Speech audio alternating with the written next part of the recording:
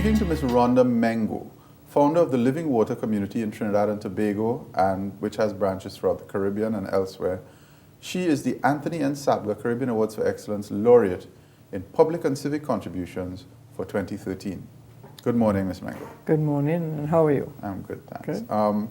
So your route to where you are now as head of the Living Water community, which is, in business terms, would be called a highly diversified conglomerate. And it all started very simply with your with your receiving an epiphany from God. That's right. Tell us a little bit about that. Well, my epiphany was in two sections, really. One was the first announcement really came when I went to a prayer meeting. I never went to prayer meetings before, but I went with a friend, and I had a very, very bad migraine headache. I used to suffer a lot with migraine headaches up to then, and I went, and I guess I went in faith expecting, well, if this was a God that could heal, he would heal me from this headache. And he did. And I never really realized that until a few days after, when I thought back, reflected, and I realized that, God had already healed this headache, and I never got a headache. Since that day I've never had a headache. That's 38 years ago. Okay. So I don't know what it's like to have a headache, praise God. And a couple of nights after that, I had an experience of God. And I was just reading a book and began to pray. And I felt God enter my life and I had an experience of a power enter my head and come right through my whole body, and actually lift me off the bed, and I heard a very loud, booming voice speaking to me and saying, for years I've been trying to work in your life, but you've been apprehensive, but tonight I call you to love and to show the world how to love. I said, well, I knew it was God. I felt it was God speaking to me, and I said, Lord, you sure it's me? I don't know anything about you. I'd never opened a Bible in my life. I was 28 years old. And, that experience went on for I don't know how long, but the next morning when I got up, my whole life was different. I was a different person. So different that the people I lived with, when they came in that afternoon, they looked at me and they said, what's wrong with you? Something has happened to you. I couldn't even share it with them because they would have thought I was crazy. Okay. And, it was actually visible in my face. But I made arrangements right away to give up my job and to seek this God who had captured my life that night. But even before that, the person you were before was a person with some very interesting qualities. You said you'd grown up in post-war Trinidad. Yes, right. And you grew up with your parents and siblings. Right. And there was never a lot, but you learned a lot about sharing life. And that's compassion. It. So yeah. Tell us a little bit about that. I learned a lot about sharing and compassion. My father was a very bad alcoholic, and just having that experience in a home, was a very trying thing for all of us. But yet still, he was a very compassionate man. I remember one day in a car coming back from Port of Spain one night, late in the night in the old road, there was a man lying across the road. My father stopped the car, and there was someone on the side, and he told the guy on the side, well, pick up this man, somebody's going to run over him and he's going to die. And the fella said, leave him there, man, he's a drunkard, don't worry with him. And I remember my father getting out of the car and picking up the man and putting him on the side of the road and picking up his bag and putting it there. That impression has always stayed with me. And, I know a lot of what I do today is because of experiences I had of that in the early part of my life. Okay. So let's get back to the Rhonda Maingot at age 28. Okay. So you had naturally the father as an alcoholic is not pleasant, but I think your family showed a great resilience and yes, definitely. Yet still a lot of excellent qualities of sharing and of learning compassion for those not so fortunate came from that family background. Definitely, yes. And so at 28, you gave up your business. What were you doing at that time? I was in business at the time with someone else, and we had an air conditioning company, which is a big company today, Climate Control Limited. Yes. All right. And we started a very small company in San Fernando. And within 3 months, I had given up my job. and just sought this Lord. I started a Bible class and seek God in my life. I was a very active person in life. I was always at a party, always at a lime. I had a big group of friends, and would go away on holiday and enjoy life. I was someone really enjoy life, and the total change in my life, of course, everybody, my family, my friends, everybody thought that I had really gone crazy, to give up everything. Did you think that? Did you think at any point that you might have been crazy? Yeah. I think one day my brother came to me and he said, "But Rhonda, what's wrong with you at all? I mean, how are you going to give up everything? How are you going to live? What's going to happen?" I said, "I don't know.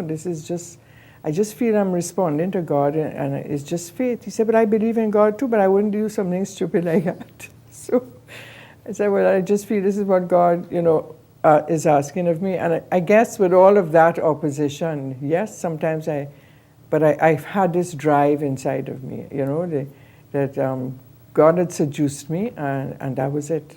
My whole life was going to be for God in whatever way He showed. Okay, so in these early days, a community started to form around. Yes, yeah. But Rose Jackman, who is a co-founder with me, came out. She was a religious in a cloistered convent, and she came out of the convent, and she began to live a life and work, and so where I wasn't working. And we began and had prayer meeting and visited the poor, went onto the streets. It was just a few of us. And at our prayer meetings on a Wednesday night, after a couple of years, it started to build and grow, and more people started to come. Now, in Trinidad at this time was awash with money. This was 75, as I recall. Yes, right. So oil boom. Oil boom, 75, oil boom. But then that didn't last very long, eh? It lasted until about 1982. Right. So right at the beginning of the 80s, we had a big community then around many people praying together. And we we made a covenant community in 1980. It was about 180 of us came together and made a covenant and formed the community as Living Water Community. And very soon after that, the oil boom stopped. And the social problems were huge in the country at that time. And the government at that time really didn't have many social programs at all. It's not like today. I mean, that's 38 years ago.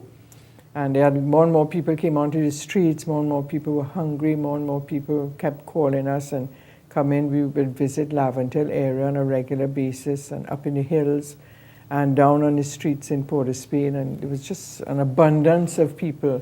And more young and more drugs started to come in. And, that whole gamut of social problems really emerged in the beginning of the 80s here. So tell us some of now, you responded to those problems very dynamically from several different ministries. Yeah. Tell us about some of those early ministries.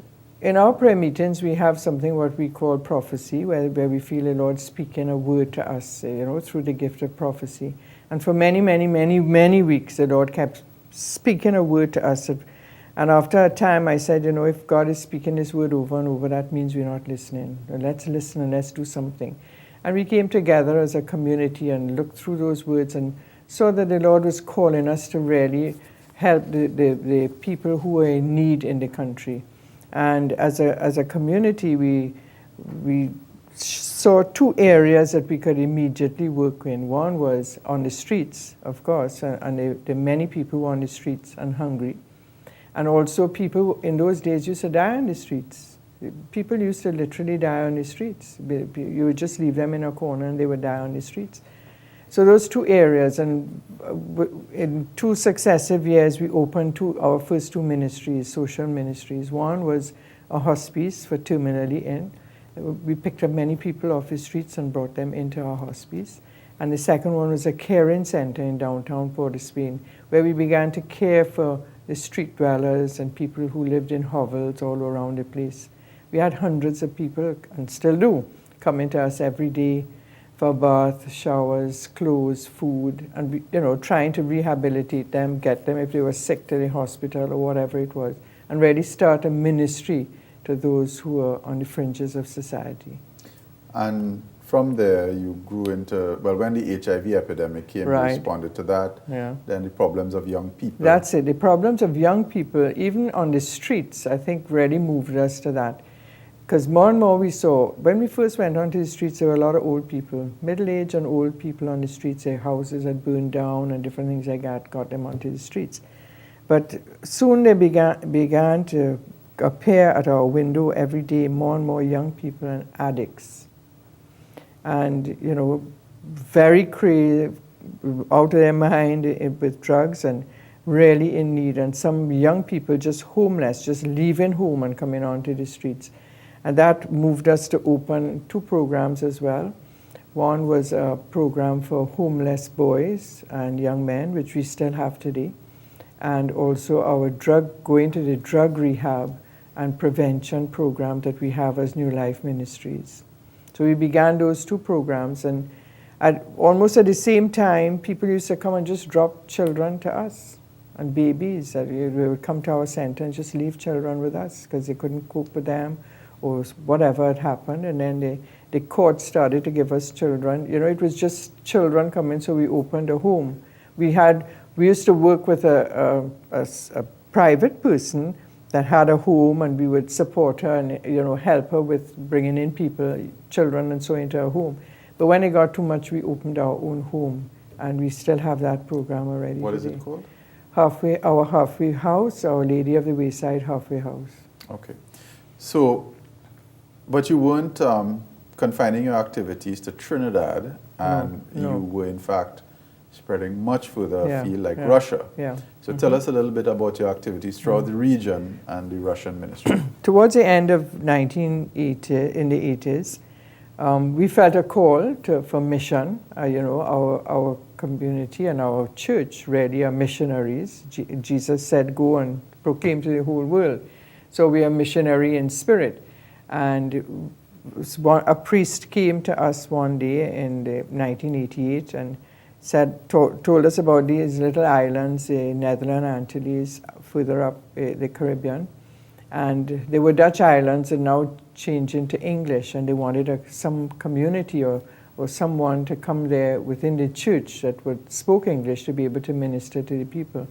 And that was our first mission that we took as a community in 1988. And this year we celebrate 25 years in that mission. And then quite soon after that, we felt a call, I mean, just guided by God, really. We started to do Russian classes, and someone came to our community and opened up a door for us to do a mission in Russia. And it was an amazing experience for us, where I said, well, Lord, I mean, to the ends of the world are we going, you know? But it just worked out, and it opened. We got our visas, people supported us, and you know, I said to the Lord, whatever we take out of the country would have to be special funds for that, because people gave us for the country. And, you know, people just came to me and said, I hear you're going to Russia, and they gave us passages and different things for us to be able to go. Well, talk about, you've hit on an interesting point, funds. Mm-hmm. How is all this funded? By a lot of hard work. We as a community always fundraise. Right through the year we have fundraisers going on. After a while the government began helping us as well in our hospice and our New Life Ministries Drug Rehab Center. We got assistance from the government. And then we got in touch with overseas foundations that would help as well. I visited foundations in Netherlands and in Germany, trying to get funding for our community for the different projects that we would start, and people just helped us and just trust in God every year that we will get what we needed to go on with, and praise God we have been able to do that. Okay, and but you also have missions in other Caribbean islands as well. And then we began a mission in Barbados, where we have a big community there and a big community center as well in Barbados, a lot of ministry. We work also with people on the streets and the poor people, and work in the church. And we also have in the Caribbean another ministry in Soufriere in St. Lucia, which is a very, very poor area of St. Lucia. I mean, most people, when they think of St. Lucia, you think of tourist island, and which it is, and it's beautiful, and a lot of beautiful places, and so. But a lot of people are very, very poor in St. Lucia, very poor country. Now, your activities of helping the poor are not your only activity. For example, you saw before many people that they need to spread the word. Yeah. And they need to spread the word through media. new means. So Yes. you began Yeah. the Trinity Communications That's Network. right. Tell us how that came about. Well, we had a Pope at that time, John Paul II, who kept speaking about new media. And he kept speaking to the church and to the new movements in the church, like we are a new movement in the church, about the media. And, you know, this voice kept coming to me all the time. And, you know, we did little programs for media houses and for the Catholic communications as well at that time. But a deeper and deeper desire I started to get. And one day, I remember I was in our chapel praying, and I felt the Lord say to me, Catholic Communications Network. I said, what, Lord? What you talking about? Actually, it was Catholic Television Network at that time. I said, Lord, what you talking about? And I felt that very strongly. And the same day, someone came to me and said, you know, they're starting cable in Trinidad. Let's try and get a cable. Let's try and get some stuff onto the cable. So the two things happened at the same time. And within 6 weeks, we had really come together as a community and just purchased very minimum stuff and a little switcher, 2 cameras, a little soundboard, and a few microphones. And we began taping like the mass and different things and putting it on cable. Within 2 months, we put it on. And that really began. This year is 20 years since we are in that ministry. And how has the communications network evolved since then? It certainly has evolved. We soon got into radio as well, so we changed television to communications network instead of television network. And we have just moved with the technology, I would say. We have moved with the internet. We've had an internet radio now for many years as well. And we have moved into the new media as well, Facebook and Twitter, and you know, so we are present in the new media. And the Trinity Communications Network on cable has certainly increased more and more. We put on a lot of local stuff and programming. And now, you know, we have our license from Telecommunications Network, because before we were a provider, but now we have our license. So we're just moving more and more into it, and all of the other cable companies as well want our programming. Is this, so you have created economic activity where there was none? Well, you have made it economically viable? Well, yes. I mean, we don't, on our station itself, we don't have advertisement. We don't do any advertising. We're going to, now with a new station and new ID that we're going to have, we will have maybe people offering to sponsor a program, things like that, but we won't have any direct advertising as such. And we employ a lot of people, and you know, we have a lot of volunteers, and we do a lot of fundraising, and we go out to the wider community every year in what we call our telethon, and we invite people to partner with us in bringing the word over the media, and people send us donations and commit themselves to the ministry. Tell us a little bit about some of the newer concerns you've formed.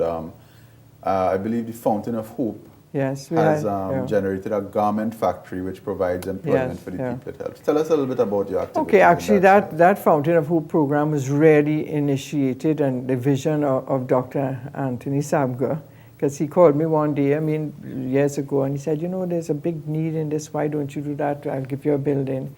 And we began a beautiful program for young women who left school without, in their 13, 14, 15, but with no academic background at all.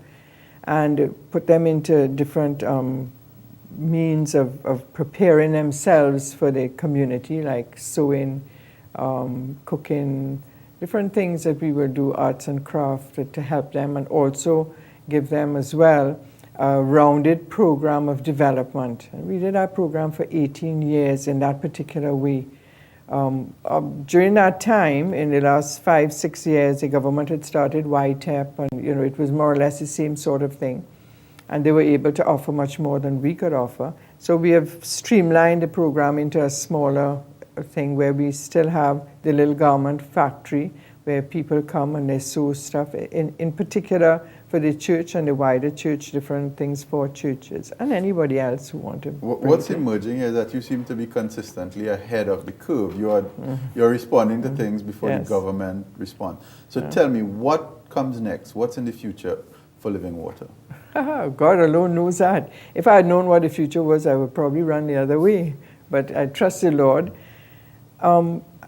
Seeing as we coming into this time of communications, I think we have to look as a community how we communicate life, not necessarily our religion, but how we communicate life and the values of life. Because we see family life collapsing all over the place, and of course that's the basis for a lot of the social problems that we have. And I see a need for really showing people what life is supposed to be and what the values of life is supposed to be, and help bring that back into society in whatever way we can through communications and our various ministries. We do that. We have thousands of people coming to us every week. How many ministries have you got operating and functioning now? We have about 24 ministries, different ministries. Is that just in Trinidad or is that everywhere? No, just in Trinidad, and overseas we have other ministries. About how many overseas have you got? Well, like in our Barbados, we might have 6 or 7 different ministries, and in Sabre, a couple there, and in St. Lucia, now building, we would have 3 or 4 different ministries. In San Fernando, we have a center in San Fernando with different ministries there. So we just keep moving as the Lord shows us, and to the needs of the society. I think our community has responded to the needs. When we see the needs, we're on the ground. We are working with people on the ground every day, 7 days a week, So when we see the needs of people on the ground, that's what motivates us to respond in a particular way. I see. Now, final thing, the legacy of Living Water. Bishop Jason Gordon told me that you had gone from a situation where you were the leader and the person that made things happen, that you've devolved that power to a cadre of leaders. Tell us about the organizational structure of the Living Water community. We're organized very similar to a company, a registered company in Trinidad and Tobago, like Climate Control, And all our various ministries in the community, we would all worked as a particular ministry, but a particular, how should I say, the financial structure of that ministry is particular to that ministry. It's not all together. So at any one time, I can say to you how much this ministry cost, how much that ministry cost, how much money we got towards that, how much money we spent, how much money we need at any time. Okay, and each has its own management. Each has its own management. Each one has a coordinator, administrator, coordinator, team working with them.